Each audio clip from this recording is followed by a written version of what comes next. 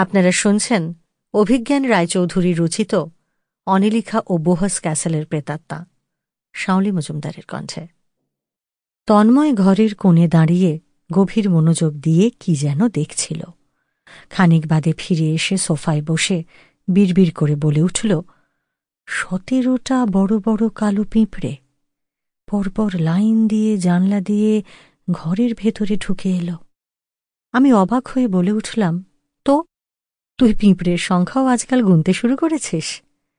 অন্যরা সবাই হেসে উঠল। আসলে হাসার কারণও ছিল। গত কয়েকদিন ধরে তন্ময়কে এক অদ্ভুত নেশায় পেয়েছে, সংখ্যার নেশায়। কথায় কথায় অন্যমনস্ক হয়ে পড়ছে, আর কিছুক্ষণ বাদে বাদে একটা সংখ্যা ওড়াচ্ছে। কিছুক্ষণ আগেই মাথার উপরে ঝাড়বাতির আলো দেখে বলে উঠেছে, 9টা আলো! কোনো মানে হয় এতগুলো আলো একসঙ্গে জ্বালানোর?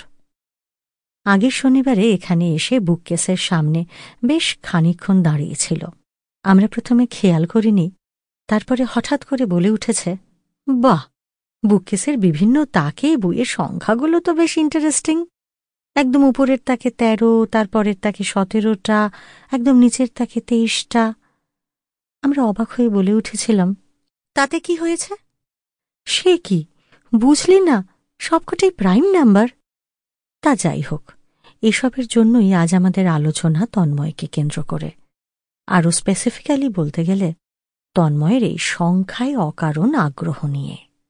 তন্ময় নানানভাবে সংখ্যার তাৎপর্য নিয়ে আমাদের বোঝানোর চেষ্টা করছে, আর আমরা ওকে একা পেয়ে অভিমন্যুর মতো একের পর এক যুক্তির জালে ঘিরে ধরেছি। এর মধ্যে বাইরে সেই চেনা জুতোর আওয়াজ, আর তার পরক্ষণেই অনিলিখাদি ঘরে এসে ঢুকল। পরনে নীল সালোয়ার কামিজ, হাতে ফোল্ডিং ছাতা। জুতো খুলতে খুলতে বলে উঠল, সংখ্যার প্রতি এই আগ্রহটা কিন্তু হওয়াই স্বাভাবিক। অনেক রহস্যই শুধু এই সংখ্যার উপরে দাঁড়িয়ে থাকে। এই যে মেঘনা চাইতেই জল, অনিলিখাদি যে আজ পুরো গল্প বলার মেজাজে আছে তা বুঝতে আমাদের একটুও সময় লাগল না। এছাড়া আজকের দিনটা গল্পের জন্য একদম পারফেক্ট। খানিক আগে বেশ এক পশলা বৃষ্টি হয়ে গেছে। মার্চের শুরু, কয়েকদিন বেশ গরম পড়ে গিয়েছিল, কিন্তু বৃষ্টির জন্যই এখন আবার যেন শীতের খানিকটা আমেজ ফিরে এসেছে। কিছুক্ষণ বাদে গোপালদার দোকান থেকে অর্ডার দিয়ে আনানো ঠিক 18টা মাছের কচুরি সামনের টেবিলে রাখা মাত্র অনিলিখাদি গল্প শুরু করল।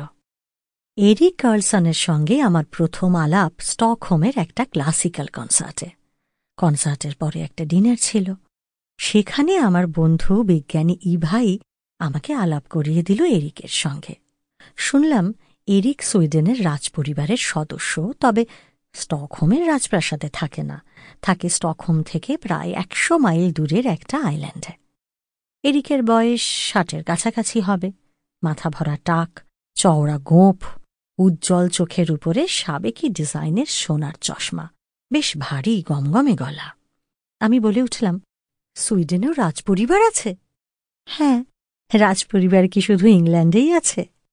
ইউরোপের প্রায় সব দেশেই আছে। স্টকহোমের কেন্দ্রেই সুইডেনের রাজপরিবারের বিশাল রাজপ্রাসাদ আছে।